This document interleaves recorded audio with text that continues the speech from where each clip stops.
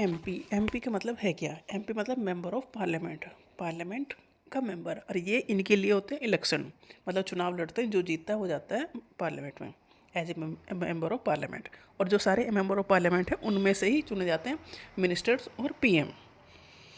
जो पार्लियामेंट है उसे कहते हैं लेजिस्लेचर, और जो गवर्नमेंट बनती है मिनिस्टर्स और पीएम के साथ वो होते हैं एग्जीक्यूटिव।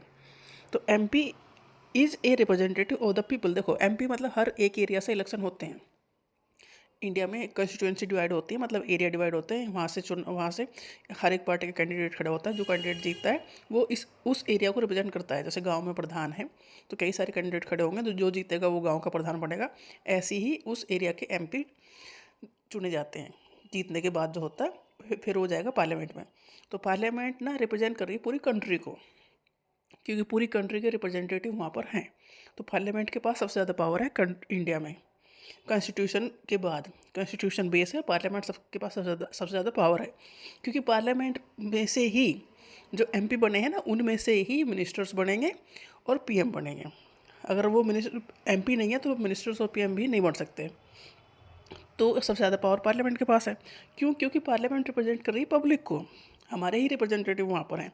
तो मेंबर ऑफ पार्लियामेंट जो हैं वो रिप्रेजेंटेटिव हैं ऑफ द पीपल, हमारे ही रिप्रेजेंटेटिव हैं ना, हमारे एरिया को रिप्रेजेंट कर रहे हैं।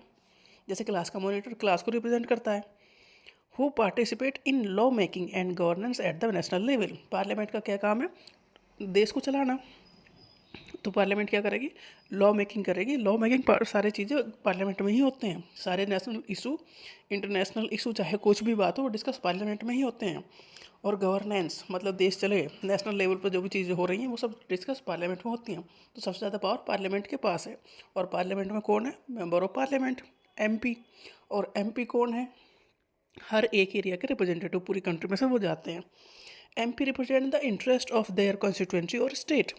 देखो एमपी एक एरिया को रिप्रेजेंट करते हैं। जैसे गांव का प्रधान गांव को रिप्रेजेंट करता है, ऐसे ही एमपी एक एरिया को रिप्रेजेंट करते हैं। तो वो अपने एरिया में क्या क्या काम करवाना है या क्या क्या वहाँ दिक्कत है उस चीज़ को वहाँ पार्लियामेंट में बताते हैं। तो एमपी रिप्रेजेंट करते हैं इंटरेस्ट ऑफ देयर कॉन्स्टिट्यूएंसी और स्टेट।